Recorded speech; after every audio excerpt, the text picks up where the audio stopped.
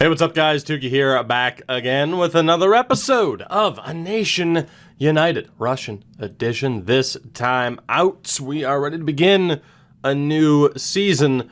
However, the plans for the team have perhaps never been as uncertain as they are. In terms of the building process to get the team to this point, I talked about it early on, all went according to plan, although this team hasn't quite been able to take that next step forward. And now we're at a spot where I didn't have to switch over to this menu, but it's fine. Now we're at a spot where we're looking ahead. A lot of our veterans are towards the end of their career, obviously, and we look ahead towards this draft where we have 4 players projected in the first round, but I didn't really point out Tursunbayev or Morozov because they're not as important. It's Sergeyev and Korolyuk that are the main focus here. To get 2 more defensemen, even if they're medium top 4, into this player pool is absolutely crucial because of how few top-notch defensemen there are. And again, we've talked about it. You look at this defense outside of Dmitry Orlov, who we traded away and then he ended up winning a cup. We have basically all the top Russian defensemen right now. So we need that extra bit of insurance to help those players, to help make this defense sustainably good over the course of this series, especially when you have someone like Alexeyev and Romanov who just haven't taken that next step forward because of how medium top 4 potential works this year. I mean, you can look at Mukhamadullin as well. I won't be surprised if an 81 overall is his limit. 82 maybe. If he hits an 83 at any point, I would be shocked.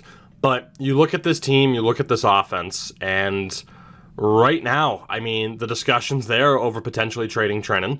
Obviously, Malkin and Ovechkin, both 38 years old and dropping. Malkin more so than Ovi. The third line, the team is solid. It's just, what do we do? Because ideally, Trenin and Barbashev are both a part of this team. Tarasenko's been phenomenal, but he's 32 now as well, so there was the thought of going out and getting Andrei Svechnikov, who's much more of a long-term option. And then in terms of healthy scratches, Zaitsev and Evgeny Dadonov, which is fine. Basically, what it comes down to is where are we going to be around deadline time? And will it be worth blowing up this team? Because right now, Medvedev, Michkov, Kavanov. These are 3 guys, mainly Kavanov, that you need to have take a step into the NHL level by next season at the latest. Kavanov could take that step forward this year. You have Kirill Marchenko, who I don't think is ever going to be an amazing NHLer for us, but we have some good depth down in the AHL. Dmitry Sokolov, I've sent down for now, just because he's not as good of a fit on the 4th line. But this logjam of talent's going to have to sort itself out. The easiest way for that to happen is for us to be bad this year, and for us to, have the reason, the justification to get rid of some of our top-notch players, some of the older players, the legends, recoup assets and see what happens. On the flip side, this could be a phenomenal year for us, and that's kind of the hope, is that this would be a phenomenal year for us. I knew I forgot to go out and get a new assistant coach in the AHL. I knew it. I knew I was going to forget to do something. We would have him be forward-focused. Let me find an option for this really quickly. Let's just sort by AHL assistant coach. And, oh, God. Never mind. Let me search by AHL head coach, since they'll be a little bit better. Let's go for Metropolit. And it was assistant, right? I don't know why associates over assistant. Whatever, it's fine. Kent, let's give you a ton of money. But, yeah, I think you get the point. The status of this team is fairly clear and obvious. It's just now waiting to see what happens, especially, too, because some of the guys I'd like to get rid of, like Pavel Buchnevich, he's a great middle 6 option, but with his value right now, is it worth getting rid of him just to make sure we can get those top-notch players in the draft? Probably.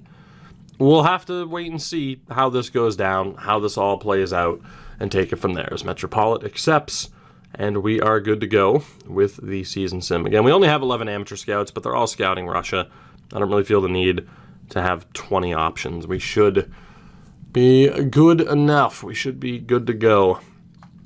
So I'm obviously very intrigued to see how this plays out, to see what this team is capable of, especially after, a couple of disappointing playoff runs thus far. But a quick look at the overalls, as we have a 95 offense, 90 defense, 84 on goaltending.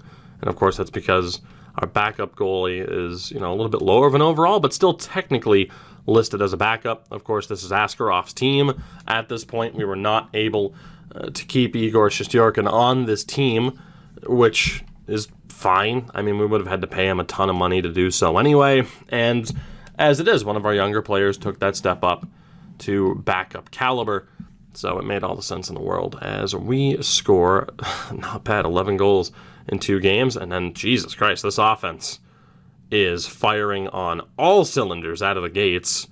It'll probably slow down. Nope, 5 goals against Los Angeles.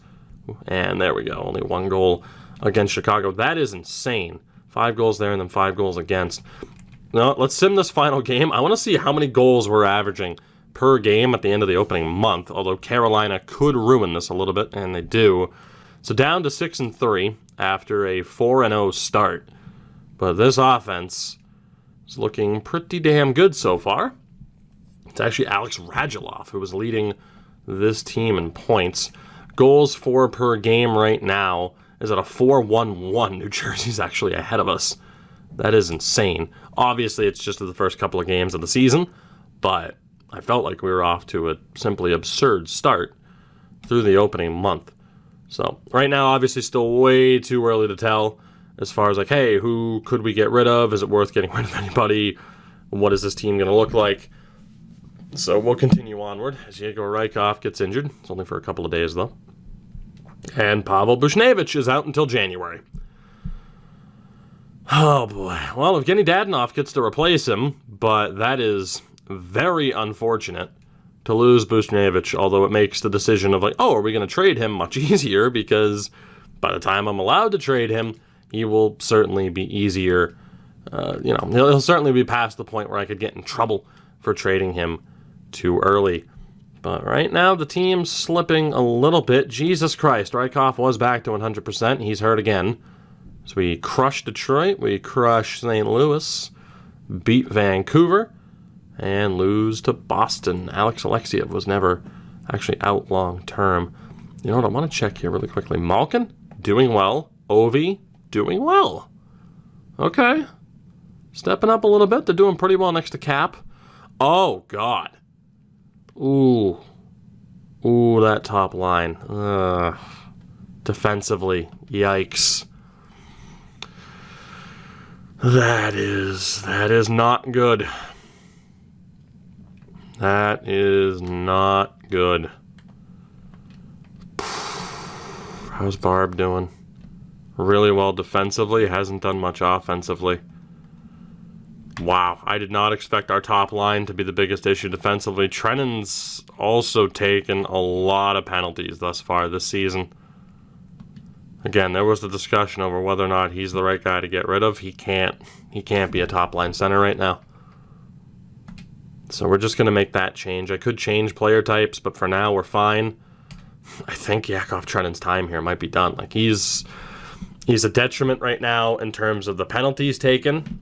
And just defensively, it's not as good as it needs to be. So a lot of people were mentioning, like, hey, his value is pretty high.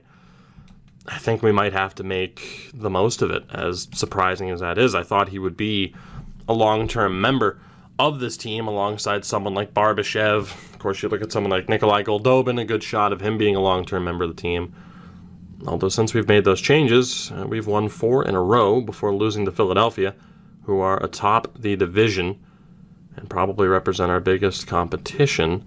We beat Dallas, we lose to Toronto, but an overtime loss is helpful. So as of December 1st, 15-7-2.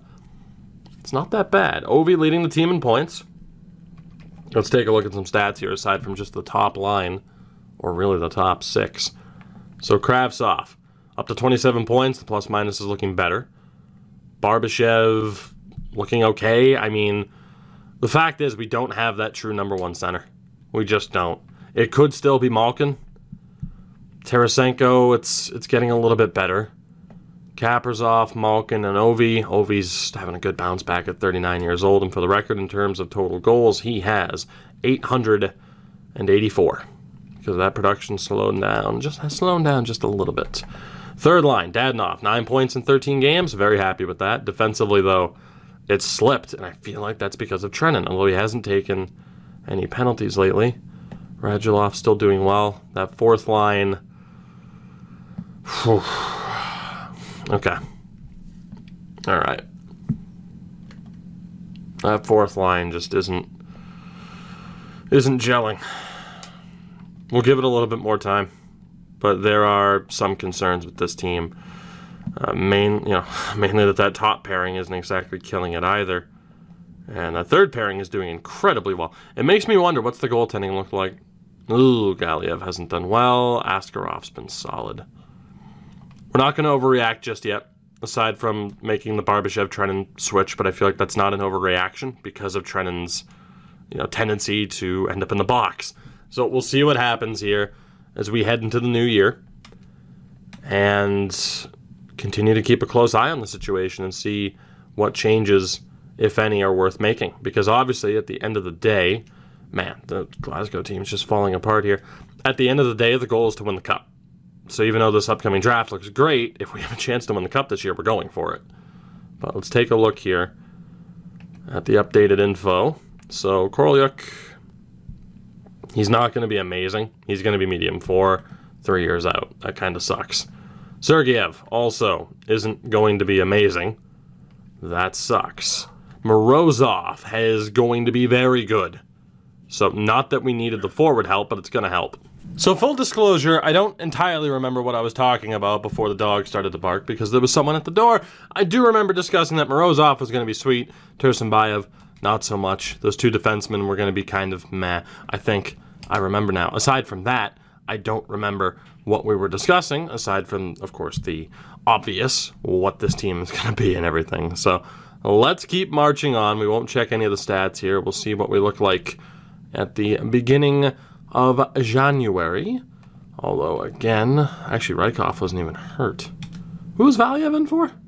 Someone who's still hurt. Okay, cool. I really wish those messages about, like, hey, here's a minor injury. Like, I don't know. It'd be nice if they would disappear in a way, but then it also gives you the choice to take people out of the lineup if you want to. But there's been 1,000 injuries, so, that kind of sucks. As Prokhorkin's back. Let's just go best lines. We'll figure it out once Kovanov's back. Zach Senyshyn on waivers. Oh, boy. On the 2015 draft. I will never forgive you. What I wanted to see was his contract and his career point total. 7 career NHL games, 2 points. Oh, Zachy boy. That's unfortunate. We're going to have to decline claiming you, of course. So we were in first place in the division for a moment. We are no longer. We need to take Vorobiev out for Kavanov. Why it doesn't put Kavanov in, I have no earthly idea, but it doesn't, and it's kind of dumb. Let's see. We can drop Korshkov down and be good to go. AHL is looking fine. Let's get to the end of this month as we beat Tampa in a shootout. We're still neck and neck with the Flyers. Said early on that I thought there was a decent shot of them being our toughest competition this season.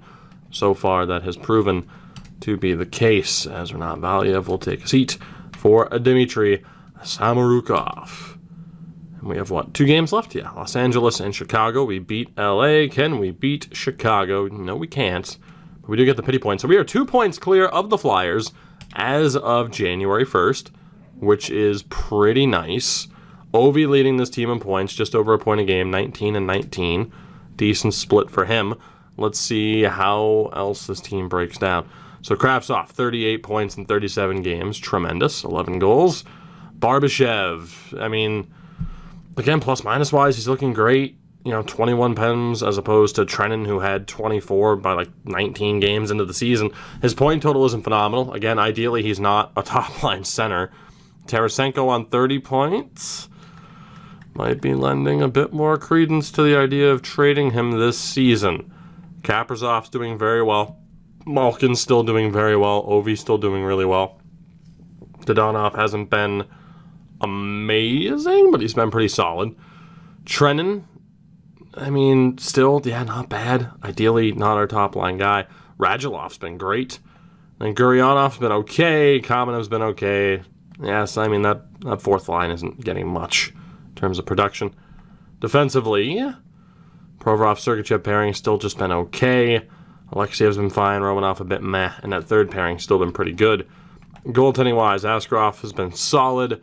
Artem Galiev hasn't played all that much, but in terms of other goalie options, there aren't really tremendous options out there. And Pavel Buchnevich was doing great before he got injured very early on in the season. So I think what we're going to look to do here is sim to February, double-check back with some of the stats. And, of course, we'll get Buchnevich back as well. And then that can set the stage for what we're going to do as we approach the deadline. We'll have a little bit more information on these prospects that are available. And we'll see what the best course of action is, because I don't really know what the answer to that is going to be, as Buchnevich should be the one that is returning here. No. Okay, I guess we had a couple of minor injuries. I thought Pavel would be back already. We put up 8 on Colorado, looking for our 30th win of the year against Detroit, and we get it. Yelesin goes down to injury, so again, the AHL injuries have been insane, and Yaroslav Askarov is going to miss a little bit of time due to injury. Now, if that happens consistently, we are screwed.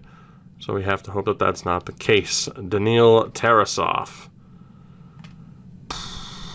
won't get the call up here. I think we're going to go... Let's go with Konovalov.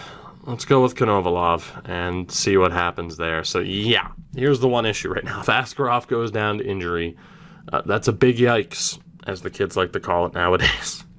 That's a massive, massive problem. But we'll see what Galiev can do with that little bit of extra time. Artyom Zagadulin is in the lineup. So let's see what happens here. So now Buch is back. Okay, that's perfect. So Yevgeny, you've been pretty damn good. Got to be honest, 35 years old. Not surprised he's still capable. But Buchnevich is in. And depending on whether or not we decide to get rid of people or not, it's so tough. Because right now, I mean, the argument's certainly there to maybe get rid of some people to, you know, shift some things around. But we're killing it right now. Our record's phenomenal. As Askarov is back. So it does make it that much more difficult of a decision. Konovalov was not great when he played. I'm just going to put Askarov back in, and we'll handle it that way. As Yelesin's back, I'm not going to worry about fixing lines until we get through this Vegas game, in which it is a loss. The Vegas flu does exist. So as of February 1st, we are in first place in the division. 2 points clear of Philadelphia, 8 points clear with a game at hand on the Islanders, who are in third. So we are in a pretty good spot, all things considered. Let me quickly make this change here. Let's go to roster moves. And we will send down Konovalov, and he will clear as expected. So looking at the team, Vitaly Kravtsov has been phenomenal, and there's no surprise there whatsoever. 52 points in 49 games. He had 74 and 76 last year. Very happy with that. Should have more goals by the end of the year, too. Barbashev just isn't a top-line center. Ideally, he's a good secondary option, but 24 points in 49 games isn't great. He's solid defensively, though. He's a great middle six option. I mean, 5.3 for the next 2 years. We're going to look at trade values in a second. He's probably worth keeping. Vladdy, I mean, he's 33 at this point. Obviously, if we get rid of him, our chances of winning go down drastically. Now, he's not having as good of a season this year from both an offensive and defensive perspective. Again, the argument's still there with how expensive someone like Svechnikov would be, whether or not it's worth pulling the trigger on that right now. Could be done, though.